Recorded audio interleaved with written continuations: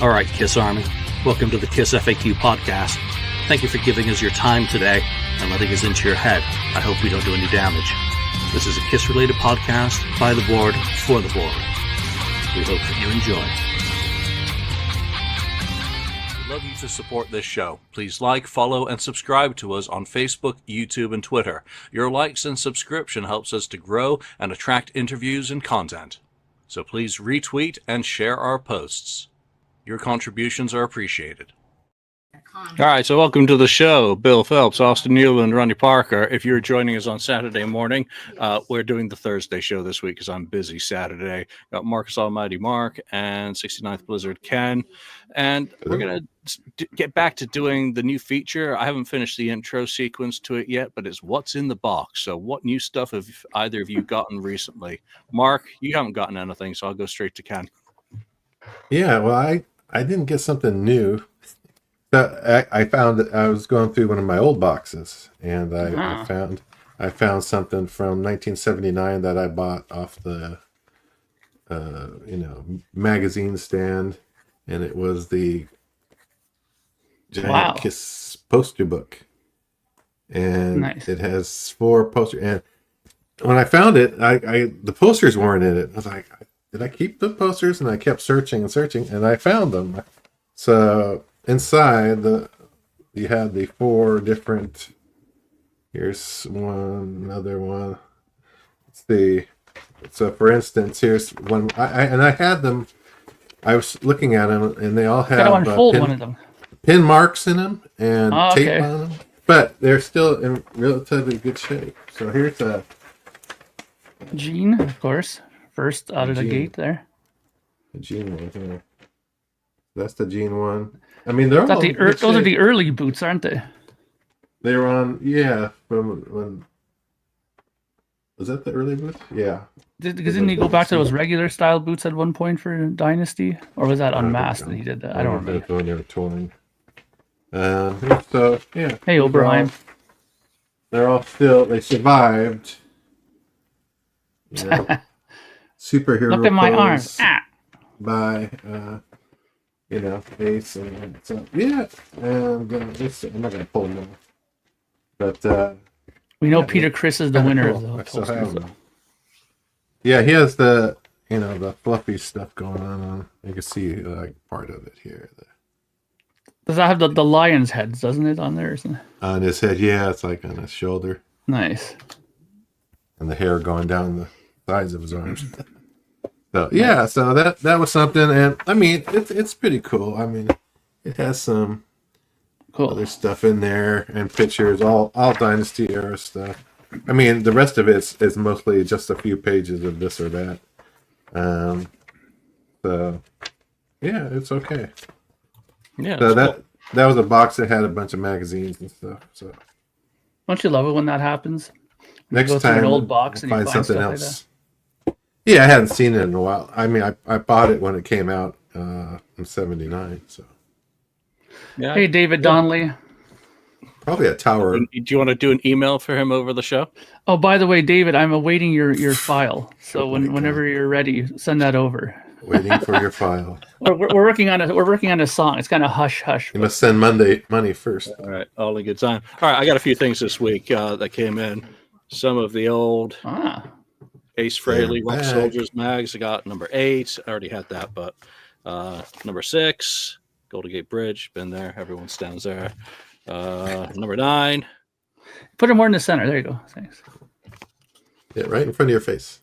And number 7. Very cool. Okay. Number 7. And what was cool that came with them was an old video catalog from 1995. So it was cool to look back at some of the stuff that was, popular back at that time and was, being sold by the various dealers. Also got, and this is really weird because I don't usually buy these, but I do love including them in the book, and I'll be including these scans in Magic for the show. So a bunch of concert tickets. Oh, nice. I got all stack of them, which basically span late August and through McNichols in Denver. Nichols Arena. Wow. Yeah. So those, I'm building up an envelope with the ones that I'm actually scanning, nice. Which will go into when I do eventually finish Magic, the copies that I sell signed from my website will come with a little bookmark of a ticket stub. So that's cool. That's a great idea. I did that is a years good ago idea. for On Tour. I put a whole bunch of ticket stubs, all coin original memos and finance sheets, and no one ever noticed or said anything about them. It was hilarious to a certain extent because they were real. Everything it wasn't photocopies. It was all like legitimate. Wow. That's good. Cool. Including some newsprint ads. So just cool stuff to do. One last thing, Australia. I'd wanted to replace this for years. And just a press sheet, fold out flyer from the Aussie reunion tour, and all sorts of stuff. Oh, wow. You got a lot of good stuff. I love that sort of stuff. Comes in very handy when you're doing a book on the reunion era. So that's it. We're doing some board topics after the quiz. I want to thank everyone who managed to stay tuned in with our technical issues. Thanks again to Daniel for the effort that he made putting that together and translating all the questions. When you're live, things don't always go as they should. This week, we're going to just be doing some board topics because there are a few things and a few other podcasts have had some good topics this week. News. I think first and foremost is, three sides, and Mark mentioning that things are moving along in the pop house world for potential musical announcements in March. I think he said release, but I'm not sure if that's accurate. And frankly, it doesn't matter in context. Yeah, well, I think if it was going to be released in March, it'd be on order now. Yeah. Just because of the time. Maybe the order date will be then. Yeah. So either way, new stuff is coming. And he said that the Off the Board Soundboard series was going to be picking up again.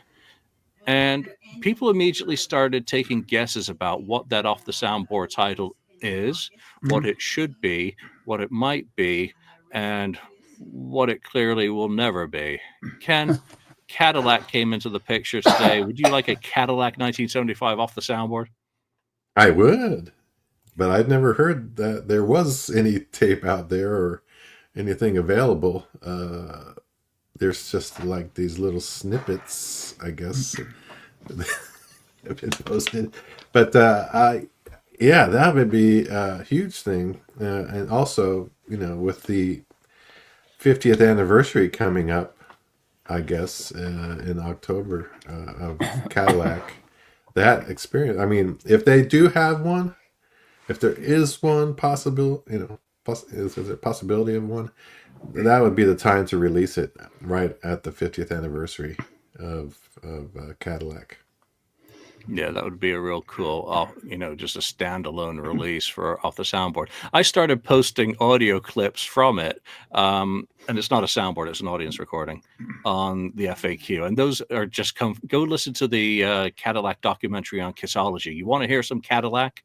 There's an audience recording that was used as part of that documentary. So you get to hear Hotter Than Hell. We Love You, Cadillac, and then Good Night at the end of Rock and Roll All Night is there. I would have thought with Kissology being an official product, well, actually it was a Kiss product, not a Universal product. So who knows what is in the vault, if there is even anything from that. Mark, Cadillac, and what are your thoughts on Off the Soundboard? What should be, you got to pick a tour, you got to pick a show, you got to pick a lineup. What's it going to be if you're the decider? Well, at this point, I'd be happy with anything to come out, as you know. But, I think if there was a Cadillac show, that'd be very interesting. Hopefully it would be better than, the sort of audience. I always said they always sound like cement mixers, those audience recordings, right? But that depends how they're recorded. But the Cadillac one would be very interesting, obviously, for historical reasons and the importance of that show and what it did for the band. I wouldn't be opposed to it. Hopefully with technology, they can maybe clean it up and make it sound really nice.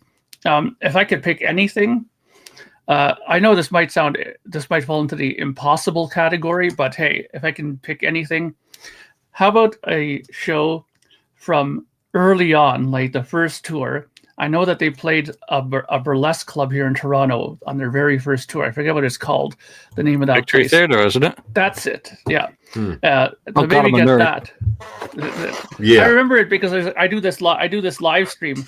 Ken sometimes comes to it at night with Patrick and the guys, and Bobby Gass, one of the guys who frequents it there. He's a longtime Toronto guy who's even saw like Zeppelin in the early days and stuff like that. So he remembers seeing Kiss at that show. He was at that theater show for Kiss and said that it was absolutely fantastic. So it would be great to hear something like that on a off the board, which I don't know if they were recording stuff that early. Maybe they did, but who knows, right?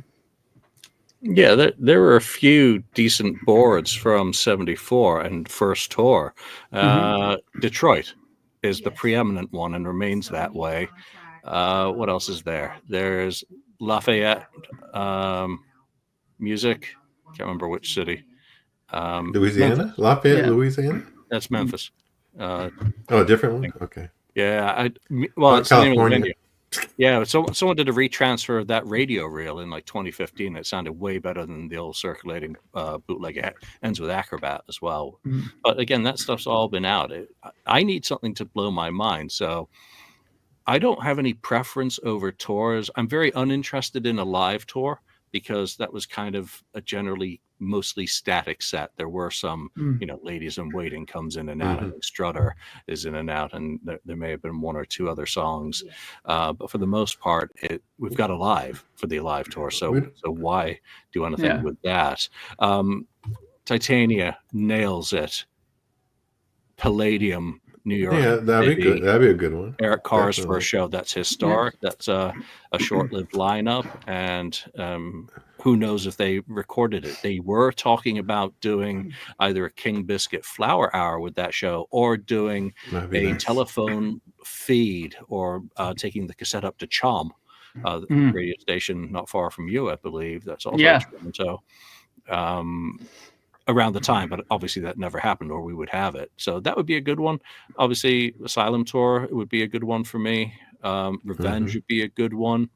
Revenge, pretty much you can give me any tour. If it's got an unusual song, if it's got an odd set list, or if it's got something interesting happening, I'll take any of the above.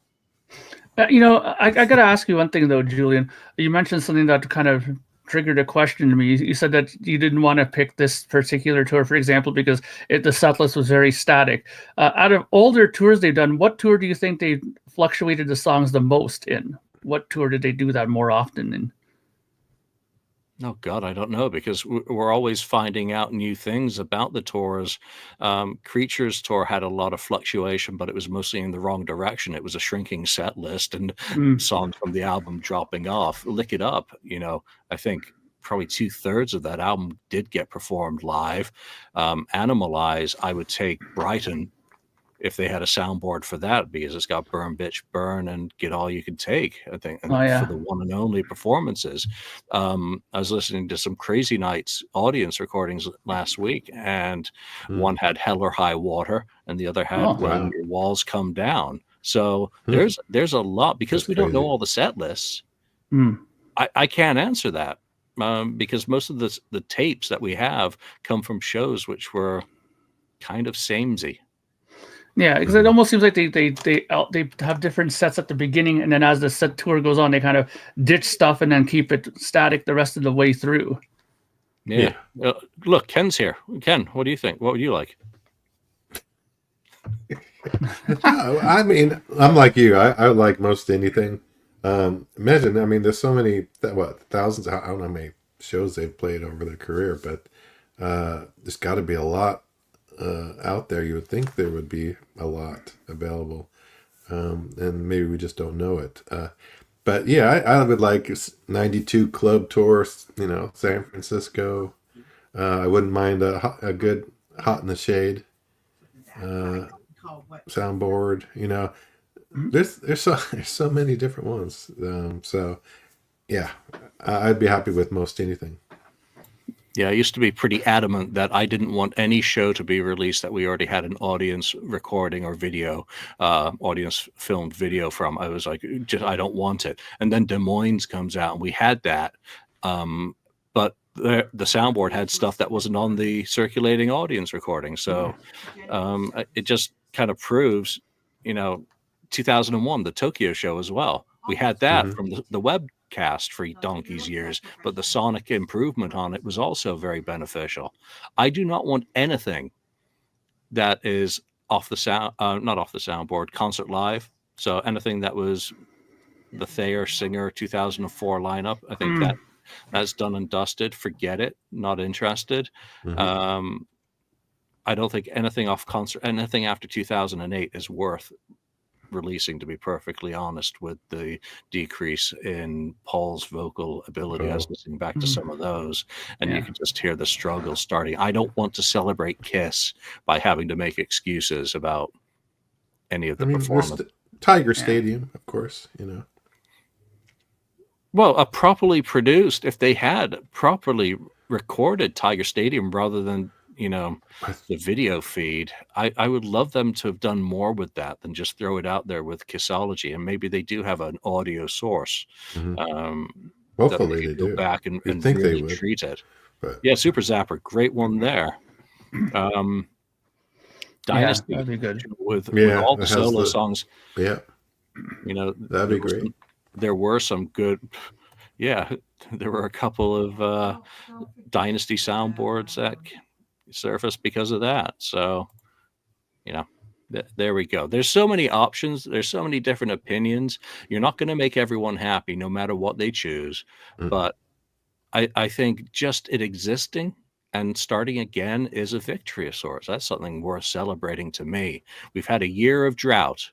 So if you overset your expectations, you're just going to let yourself down. Like they're going to come out with something. Well, Mark upsold it. Hopefully, I know what it is, but hopefully it does meet expectations. I think most of the people figured out probably what it's probably going to be. But who knows? But I'm excited for the new updated website. That they're. Oh, they're doing that, yeah. Yeah, they're relaunching that in March. So. Oh, nice. Hopefully, there's no quirks with it or any bugs. Hopefully, they tested it properly beforehand. But I don't think it would be very difficult to make it better than that site that they've had for so many years. Yeah. Yeah, I'm not expecting it to be like Neil Young's musical archive website. Yeah. Marks, when's the last time you were on Kiss Online? I was on actually a few days ago, but I was more in at the store more than the actuals. Yeah, I was looking for shirts and stuff like that, and they still actually had they have the Elder picture disc still actually available from last time I saw. So there is still stuff available, but T-shirts are the main thing I'm looking for. Yeah, or the colored disc. No, the picture disc they had on there. Oh, really? Wow. Yeah, I saw it on there not long ago. But anyways, I haven't actually perused the actual website that long ago. I mean, I did here and there when they were touring, but not really lately. I just go mainly to the store. Is there something that I've been missing on the website itself, or? No, I don't know. The new Valentine's merch. Oh yeah, the Valentine's merch. You can. Don't they have like a swanky bathrobe or something like that, like a Valentine's Day one? Yeah. Everybody needs one of those nice Hugh pink Hefner robe, kind of style robe. Get your pipe out and the bathrobe. It comes with a kiss pipe. Ah, there you go. That's right up for Julian's alley there. Can you imagine? Yeah, I need a pipe, all right. Smoking. So what was the other thing from Three Sides of the Coin was, of course, that we reveal what Kiss is releasing in 2025. Box sets. Well, it's already been mentioned that there are going to be box sets this year. And everyone already realizes that Universal in the past has stuck to anniversaries. So by decade or half decade. So you can do the math and see which ones you think are most likely in 2025. And Mark then went on to say that one was going to be announced or on sale in March, which obviously leads people to think, what's the anniversary that's occurring in March? Well, until it's announced, I really always like to say, and it may seem pompous, and I'm sorry if it does, things change. Things happen. Things what may be at the time that a show is recorded be taken as fact, or a strong rumor may change the following day. So I hate to sound like a corporate, talking head and say, wait for official announcements. But in this case, there's Pop House, there's Universal, and how those entities interact and make announcements. Because once you steal the excitement away from an announcement, it's kind of hard to get back. Now, Kiss Online has been finally celebrating 50th anniversaries of milestones. And that is one. They do it more on Instagram and socials, because that just seems to be where they're more geared towards an audience these days. And that is one thing I am very happy to see. I'm very happy to see some of the things that are being celebrated. Obviously, I dropped my little videos for moments this year. I'm trying to do those. What was the last one? Oh yeah, I threw out the one I did last year for February the 8th debut date. I'd forgotten to publish that last year, so I just hit publish on it. This year. Yeah, that was really good. That was a year old. I already had 300. Been in the can for a year, like the box set. I was like, oh shit, I forgot about that. So that one came out. I'm working on a short episode now for June for the start of the 30th anniversary of the U.S. convention tour, or North American, pardon me, Mark. And then there's a demo story dropping in a few days. So, I'm trying to do it, but I'm so glad to see Kiss doing it, because that is the official voice of Kiss. So it's good to say something nice about Kiss Online. Good job. Yeah. Keep it up. Yeah. So what do you think the box is going to be, Ken? From all the intel Mark gave you, what do you think it is? Well, some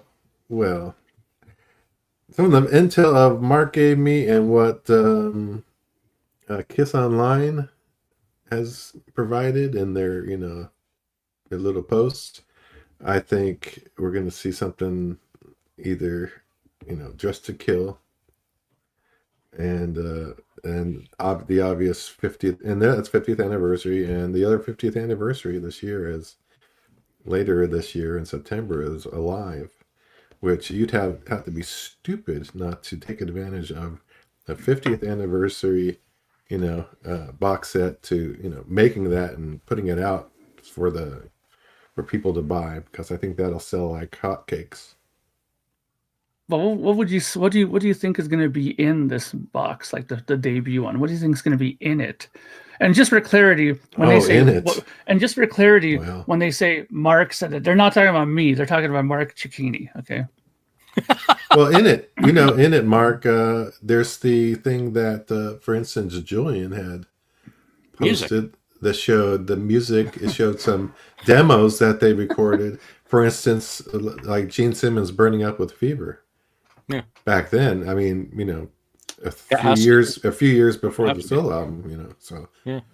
That was I posted the Larrabee 4 years before, and there were 4 songs recorded. And for anyone who hasn't watched that, shame on you. I put a lot of effort into it. Go check it out. Right. But basically, they recorded 4 demos.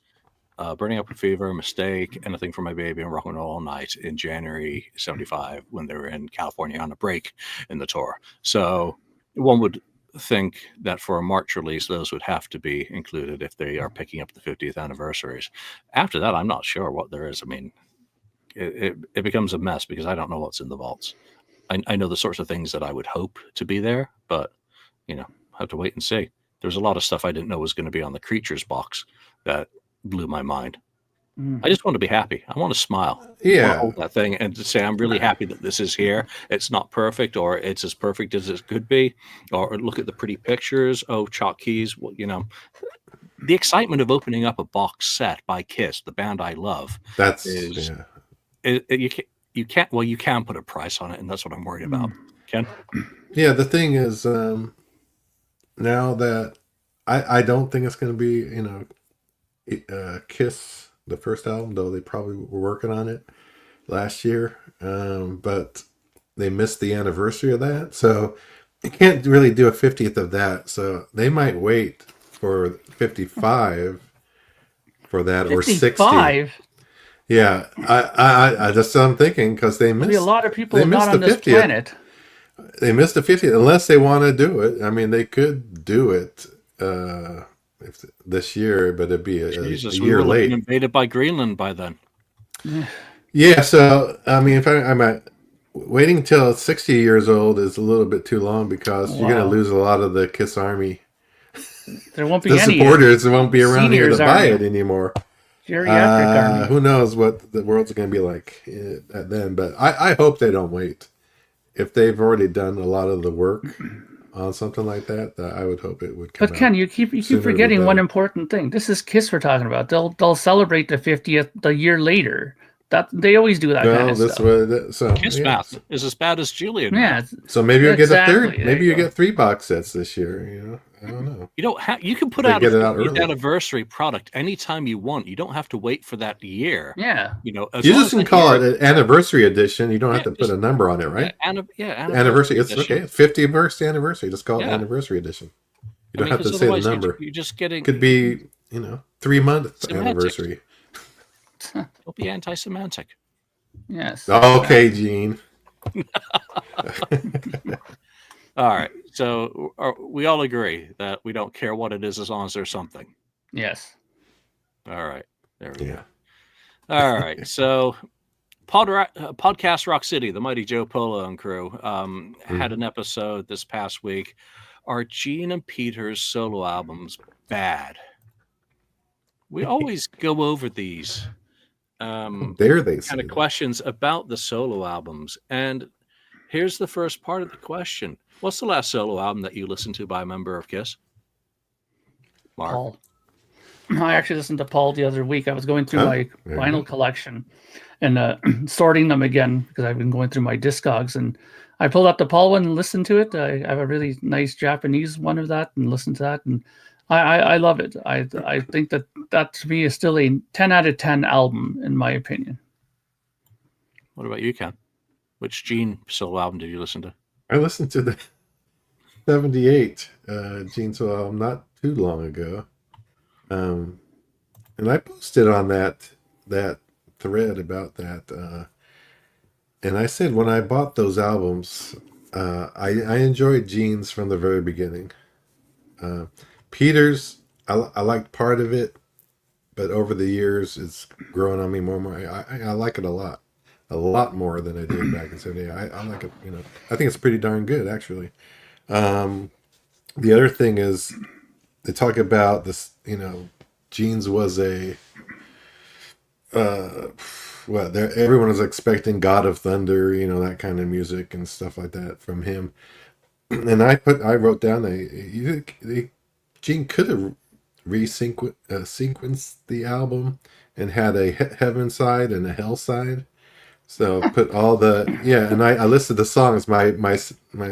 So I would start off with the hell side, so it wouldn't piss off people too much. They get what they're getting, Radioactive and Burning Up with Fever and so on, the harder stuff. And then the second side would be, it would lead off with Tunnel of Love as the lead off the second side, but then the rest of it is going to be, Always Near You, Nowhere to Hide, Mr. Make Believe, and all that stuff. So I put, what was that? See in Your Dreams as number 5 track on side 1. So anyway, I thought, it might have gone over a little bit better with the fans had they done that. Gene's album was pretty poppy, if you think about it. It was. It is. The lighter granny music. Christine 16 was poppy. Yeah, but there's only really one heavy song on there for me, which is Burning Up with Fever. Everything else is either pop tinged or Beatles infused and showing his diversity. I like the album. Yeah. Don't get me wrong. It's never been a favorite though. It's always been, probably my least favorite. Growing up when I was 14, I did not understand or get Peter Criss's album. It took a lot more living until it really grew on me, and it's one I listen to the most because it's my writing album. But the one I listened to most recently was Aces, which I hadn't listened to in a few weeks because I'm listening to it a lot at the moment because of the book. So it keeps me in the zone. So I don't think they're bad albums. I think they're misunderstood albums. People wanted to typecast all the members of KISS and have 4 KISS albums, and maybe even so to this day, where even Paul broke out of those confines with the god awful "Hold Me, Touch Me." But you know, I think though that Peter Criss's albums has suffered with one thing all the time, is that's an album that you appreciate the more you get older. I mean, back when I first got it, I couldn't stand it. I thought it was terrible. Now I appreciate it a lot more and can understand it better and appreciate it for what it's worth. And a few, like, let's say maybe 10 years back or so, I was dating this girl, and she was about 10 years younger than me. I had this younger girlfriend at the time. Oh, wow. And I put it on because I had a copy of the Soul Records on there and put it on, and she looked at me and she's like, "What is this? Is something my grandfather would listen to." That was her exact words when she's. And I told her, I go, "What?" I go, "It's Kiss," you know. She goes, "Yeah," but she goes, "This is terrible. This is like old man music." I go, "Okay," so I took it out and I put like Ace Frehley on, and that was much more to her liking. She liked Judas Priest and stuff like that, but that's the problem with that record. And I think it doesn't matter what the era is. Even if you play it to somebody young now, they're going to always think that that's kind of an old fart record until you get older and understand it. Unless you're like a soul R&B person, then you might actually listen to it and understand it. But I'm telling you that's something that record, you have to give it time to appreciate it. Then that relationship ended very quickly after she said that. Not really. We were together for about 7 years or so. But wow. Yeah. Okay, surprise. Are you gonna kick her out of the car? right then. No. If she would have said something about Rush, then that would happen. But I see. Okay. Yeah. So Bill Phelps makes a comment. Jeans has too many female backing vocals, but Kiss had lots of female backing vocals. But Kiss was using backup vocalists on. They hired the Village People gang for Destroyer. Oh yeah. Had them on. Rock and Roll Over had backing vocalists. Love Gun had backing vocalists. So tomorrow and tonight. There you go. It was just a part of it. Gene loved to get the backing vocalists into the demo studio with him as well. But maybe that's why he had too many of them. So there we go. So good topic, Podcast Rock City. Thanks. Other news this week actually is David Johansen, New York Dolls frontman, Buster Poindexter to some stage 4 cancer, had a fall, and he's receiving care. I mean, that's without the Dolls, you don't have Kiss, you don't have Aerosmith, you don't have Guns N' Roses. You know, even though they were kind of media darlings and part of the zeitgeist of 72, 73 and part of the Warhol scene in New York, and never did much. And I've had a lot of conversations with David Krebs about the Dolls, that they just could not project. They are still an American band. You know, you wouldn't have the Pistols. So, you know, I saw him in concert in the 80s when he was going by Buster Poindexter. I think he opened for, it was in Oakland. I saw him open. I think he opened for, I want to say it was Pat Benatar. I'm pretty sure it's Pat Benatar. There's one with Pat Benatar. I don't know if Joan Jett opened for Pat Benatar too on that same one or not. But anyway, yeah, I've seen a lot of different artists. I'm wanting to go back through my old tickets and the tickets I still have, the stubs. I have a stack, and figure out who, because I don't remember always the opening, the artists that opened, a lot of them, but there was a lot of good artists. I mean, I had like Dawkins and it just various, great bands actually that opened for other bands. I think I saw, Mark, the first time I saw Rush in, I think it was 1980. I think 38 Special opened for them. Oh yeah. I think that was their first tour, I think, or whatever. So, anyways, things like that. I need to go back and check out all the artists that I've actually seen that I've forgotten about. Like, I mean, one show like that I would have loved to have seen. I saw that there was a time when Rush, for Grace Under Pressure, they played like 3 nights at Radio City Music Hall in New York, and Marillion opened all 3 nights of that. Ooh. I would have loved to see that, but the problem was I have a great documentary on Marillion, and unfortunately, their memories of that was not very good. They actually got booed a couple of times that night by the Rush fans because they were really hardcore. But I found it really difficult to understand because Marillion were not like a totally different thing to Rush. I mean, they had a lot of prog elements to it. Sure, it was a little bit more poppier than Rush was, but they had a lot of prog elements in their music. They had a lot stronger. Yes. Who is it? Sensational Alex Harvey, kind of. Yeah. I mean, going into them than Rush. Rush started off as Zeppelin clones. But I'm just saying that the audience, that's the problem with the Rush audience is that they're very hardcore with that. When I saw them the first time, Bob, what's his name? Red Rider, Tom Cochrane and Red Rider opened for them, and they got booed off 3 songs in. They started throwing paper airplanes at them on stage, and they were out. They were gone by song 4. So it's difficult to see. I think Rush finally clued in, decided, okay, we've got to like really step up our live opening acts because they started getting like Mr. Big then, and they had they had Voivod open in Toronto when I saw them for Presto. That was really good. They had a lot of better bands start opening, so you got to be careful with that, man.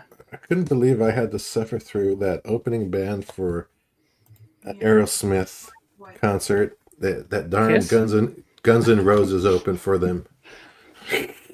Anyway, no, Guns N' Roses was great when they opened for. It was fantastic back then.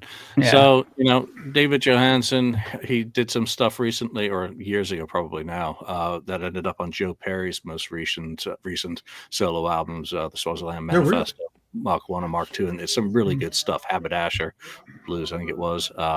Can't remember. Not as familiar with that stuff. I've only listened to it about 80 times. So some very good stuff. All right. Moving on to Mark's favorite topic was one of our board posters posted up what Bill Aucoin thought of Destroyer at the time. And I'm going to dig into, let me see if I can find it quickly, Record World. And this was, Record World, August 1976. August. Bill Aucoin says, we found that we went against our philosophy a bit in trying to do something new, which I'm not against. I don't mind trying something new. I just think we went too far. You'll find that the next album, which is going to be produced by Eddie Kramer, is probably going closer to a rock album.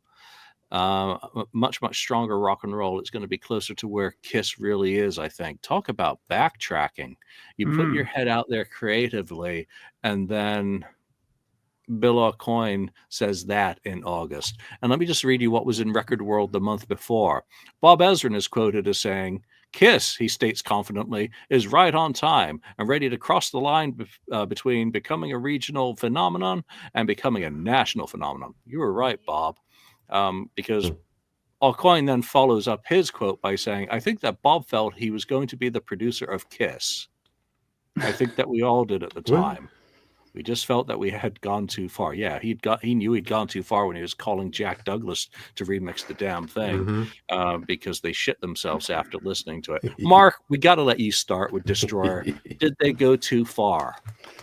Absolutely. I mean, that's always been my big beef with this record. It doesn't sound anything like what people were expecting for a Kiss record. And that comes directly from my older sister, who was a longtime Kiss fan, still is a Kiss fan, and was there pretty much right from the beginning of the whole thing. And a lot of her friends were saying that, what is this? That they were not in for this sort of a record. And it was too polished. I mean, come on. I mean, okay, it didn't have to be, ghetto sounding or terrible sounding or anything like that. But I mean, that sounded like way out of what people were expecting for Kiss. And you said that Coin put his neck out there. We're going to need something creative. The Kiss guys did the same thing. There was a great interview. I remember. I'm sure Julian must have heard this interview 100,000 times. But where they're in some hotel and they were saying the same thing, that just you wait when we come out with our next record. It goes right back to our roots. They were dissing Destroyer in their own hotel room in an interview. Just saying that it was too much of a good thing, or maybe they should have waited to do it. If they would have wanted to do something like that, I think they should have kind of eased the people in, like introduce a few little elements of that in it and then work your way to it. I mean, it was just way too much, the pianos and, Calliopes and this and that, and Choir. choirs, and the orchestras, and Kids. tubular bells and all kinds of stuff. It was way too much for a Kiss record at that time. You're used to hearing just guitars, bass, and drums, and it was like, wow, like what the hell just happened with that. So I think they were right. I think that it was too much of a good thing. And like I said before, and I must clarify this, I don't have a problem with Ezrin when he does stuff with Pink Floyd. I don't have a problem with Ezrin when he does stuff with Alice Cooper, but with Kiss, it just seems like he always shits the bed with them. The Elder wasn't good. I mean, the only record that I think that he did decent with was Revenge, and I think by that point he probably learned his lesson, what was going on with this band, and still, I was gonna say, oh, but Destroyer is the greatest selling record. Yeah, now it is. But at the time when it went out, people were, they were concerned about it, So that's what I think. Right. That's what I think. Before I let Ken counter you, was it simply a matter of too much too soon?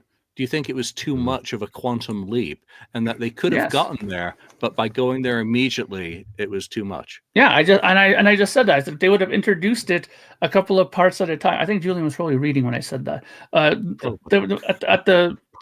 would have put a couple of little new bits into the record at a time, like maybe introduce the tube bells and stuff like that at the end of Do You Love Me, and like kind of go, oh, what the hell's that, and that's the only thing to kind of shock the people. Okay, that's fine.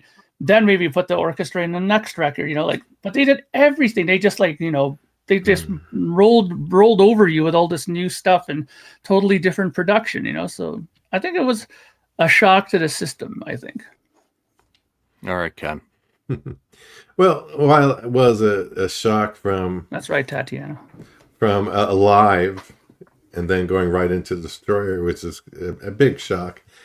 But looking back at it, we wouldn't have had the songs we would have had Detroit Rock City, but we wouldn't have had that middle part, the solo part. That was all constructed by Bob. The stuff with Beth, that probably wouldn't ever made an album, to tell you the truth. I doubt it would have ever made it to an album. And, Shout It Out Loud, he co-wrote with, Gene and Paul, I believe, Bob Ezrin. So there's so much he did for some good stuff. And plus picking like King of the Nighttime World as a cover. I mean, that was a great pull by him to say, hey, you guys should, sing this song, try this. And it turns out to be one of their, better songs that they've ever recorded. It's a cool song. It sounds like Kiss. So from that standpoint, I think it was a shock, but at the same time, we wouldn't have gotten a lot of the good stuff recorded the way, like Detroit Rock City would have been totally different. And some other stuff we wouldn't never gotten. Yeah, we wouldn't have some of the stuff at all. I guess the other thing is, what is it? I lost my train of thought. Whatever. Choo. No. The thought has left the station. I think I know. The thing with Bob Coyne is, I wanted to know, and Julian, maybe you know this. When did Beth become a hit? September. Yeah, see, he was talking. That interview was before Beth became hit. I'm sure the tune changed after that. All of a sudden, made became a hit, and then it started selling. The record started selling again. They probably thought, oh, actually, it's not a bad album, and all of a sudden now it's Gene and Paul's favorite album of all time for Kiss. So. Yeah, I don't think it was too far. I think it has to be, because those songs, half of them would be great rock songs without all the embellishments on them, but they wouldn't exist without Bob Ezrin. You give Kiss Eddie Kramer in September '75, and you get Nightfly, you get Star, you get the dance version of Detroit Rock City. I mean, go back and listen to the Destroyer box set and those magnographic demos. Other than Burning Up with Fever and Detroit Rock City, that's a pile of crap. Which is why the vast majority of those parts aren't part of Destroyer, because they went in and they took fresh ideas. They brought in ideas, and Bob Ezrin, who was it? Mr. Make Believe. Thank you. Yeah, it's equally a Bob Ezrin album. So that material, you don't have Beth in the form that it becomes a hit without Bob Ezrin and the piano. So I just don't see it. But yeah, I can't also comment on it because I wasn't a black leather and silver fan of Kiss in their leather phase pre-76. And the shock to the system that change in dynamic must have been. So did they go too far? Yeah, until you have a fucking hit and you become the superstars. Which Bob thought they were going to do. So Bob obviously believed in it, and Bob had done it with Alice. So yeah. So you have it. All right, Jason Leonard's on fire today in the comments section. Thank you, Jason. Yes. All right, last question from the board this week is an evening with Kiss. If Kiss got together with those convention like Q&As, I guess, and I didn't see who posted this thread, so I haven't seen what they actually were talking about. I'm just going from that title because why read the question when you can answer it any way you want anyway? What would you like in an evening of Kiss, and what would you be asking them? You only get one question. You're going to step up to that microphone once. You either are going to hit a home run or you're going to foul, strike out, and get sent back to your table. Mark. Well, if I only get one question, I don't know. I mean, I'd have to really think about that, obviously, because you don't want to ask them something stupid about the makeup or something like that they heard 100,000 times, right? I don't know what I would ask them, to be quite honest with you. But what I would want in that sort of a evening with Kiss, I mean, if it's just going to be a question and answer thing, I don't know if I'm really that interested in that, because you know how Kiss are. They never give you a full answer to anything. They're like politicians, those guys. They never give you a clear answer on anything, especially if it's something really important to talk about. But I've always been more of a fan of like the Storyteller series that they did, where they performed stuff, and then in between some MC guy will come out and say, okay, we got a question from the audience. Edna from West Virginia, what do you think? And they'll ask some questions. I think that's a much better thing. And considering that Kiss would probably charge, like $1,000 a ticket just to go to this thing, I'm guessing that I would want a performance involved in this as well. Because if it's just going to be them sitting there answering a bunch of questions, I wouldn't pay for that. I mean, there's lots of interviews online that you can, peruse, and somewhere on there, some answers will probably be given for questions. But I don't know. I don't think that that's a thing of interest to me. It may be of interest to people in the gallery here, and maybe of interest to Ken or to Julian, but I mean, unless there's some sort of a performance going on, it ain't no interest to me. Yeah, I actually agree with you, because half the time when they're asked questions, they don't know the answers anyway, because they were all busy living the life. So expecting them to, when some nerd comes up to them and says, when you recorded the demo, they're like, what demo? Who are you? I've never heard of that song before. They were so busy living life. I've given up on having any of these sorts of things answered unless they happen to be monologuing about something and start telling stories. Back at the old days, and suddenly something interesting slips out. I would actually go to a evening with Kiss evening these days, just because it's all been done. Just keep pumping out the box set and off the soundboards. Just keep authorizing it, or whatever you guys do in the new relationship, and I'll be happy. So that's all I care about. Ken. Yeah, but would you go if Ace and Peter joined Gene and Paul on the stage? Would you join? I would consider that for sure, if it was the classic Kiss lineup. And I don't know if they could do any music, acoustically if they wanted to practice a few songs just to do it, I don't know if that would happen. Probably, of course, not ever happen. But yeah, if in my world, yeah, I'd want it to happen, where they maybe rehearsed 10 songs acoustically and did them.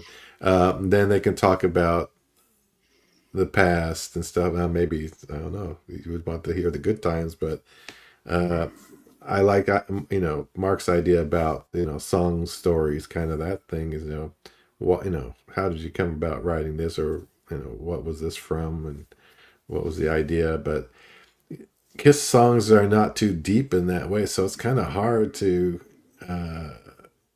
I think, for them to explain what it's about. They're mostly about the same thing. Almost all of them are about girls, women, and that sort of thing. So I don't know how much they would do. I mean, it's not like a Rush song where, Neil Peart, is writing these wild, lyrics and stories and things. Well, vastly different at that too. Right? Vastly, that would be something you can get, interesting stuff out of. But for Kiss, I don't know if that would. Yeah, Rodrigo, thank you. Yeah. They refuse to acknowledge their musical accomplishments and the value of that music. And I think we talked a little bit about that last week, and it was a very sad thing to just be unable to recognize it other than a, profit and loss statement or some line item, some unemotional, where it has a great deal of value to us. But again, Q&A sessions with the group are a nightmare. I was listening to Rockline from 2000, and people call up and, why are you asking that? But then again, to that person, it's the most important question that they could think of at that time. And we sit there in judgment, laughing and mocking them sometimes. And then when someone does ask a question, I don't know. Yeah. Who's that? Vinnie Vincent, Gene. I'm sure you remember him. So... But that's funny though, that people like Kiss, somebody like Gene, who makes a great effort to tell you that he doesn't drink or do drugs and stuff, and I believe him, that would have such a hard time remembering. I can understand Ace not remembering things, or Peter or Chris, or not remembering, but I mean, come on, I mean, I know that, sure, remembering something back in 74 might be a bit of a stretch, but I'm sure he could probably remember some things. I think the problem is more of what Rodrigo said. He just doesn't see any value in those sort of questions about the music. If you were to ask him, what was his best merchandising decision he ever made, he'd probably talk 40 minutes about that with you. But anything about the music, he'd probably be like, oh, whatever, I miss Paul Speaks. That was a great segment on Brandvold's Kiss Online, that he would take questions from the fans, send them to Paul. Paul would type out his answers, and then they'd post up the questions and answers on the site. It was a really, really good feature, because Paul could then pick and choose which ones he wanted to answer and which ones he would answer. And he clearly, if you interview Paul stops and thinks before he answers. And he constructs that answer before he delivers it. So they are capable. Ace remembers stuff that would blow your mind. Same with Peter. So, for any of them, again, I think fans have unrealistic expectations when it comes to, interviews with these guys, especially now after many decades of life, about how deep they are going to remember. Do you remember on November the 15th, 1975, I met you and I gave you a yellow daisy? No, I'm not going to remember any of that stuff. I think the best question would be, who is Sam Loomis? Yeah. We still don't know. That's the one thing we people still don't know. People want to know know who's Sam Loomis. Yeah. The never-ending thank you, Sam search Loomis. for that answer. That's all I have to say. Yeah. All right. Who's this? All right. Where's Drago?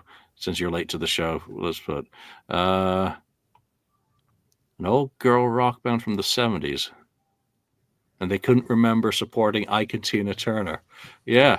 No, it is like that. I mean, I what was it? There was a show ad for Peter's band, Sounds of Soul, in I think DC. Do you think they're going to remember that from like 1968? No, I mean I just mean a little bit more recently, like maybe 80 or 81 or 82. Maybe I would like to think they could still remember that, but not 68 or something like that. I mean, come on. Yeah, lots of good stuff. The guitar copy of the Firebird, and that was the Clapton one with the tuning pegs from his farewell tour in like '68. I can't remember details off the top of my head with that, but yeah, lots of cool stuff. All right. That's a little bit of a shorter episode this week. Some topics from the board. The KissFAQ, you're able to read it without registering, which is what makes it wonderful. I want to thank all the participants on the message board who do generate a lot of the topics that we do talk about, because you guys come up with great stuff. For those who wonder, what are we going to talk about this week? We've always got the message board to fall back on if I don't have a topic prepared.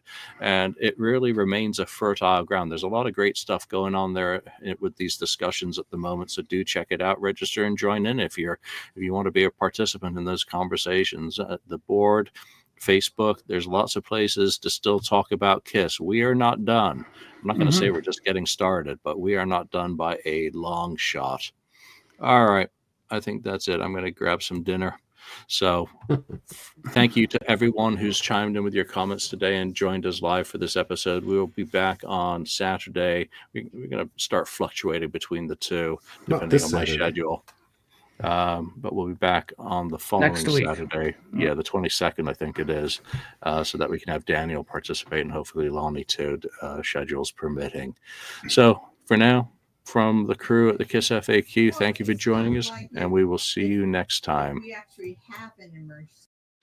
Thank you for spending time listening to the KissFAQ podcast today. All sales are final. There are no refunds. If you'd like, look us up on Facebook or come over to the KissFAQ message board and discuss the topic we've broadcast today. Don't forget to rate us on iTunes, Spreaker, or wherever you've listened to the show. We hope you'll join us again.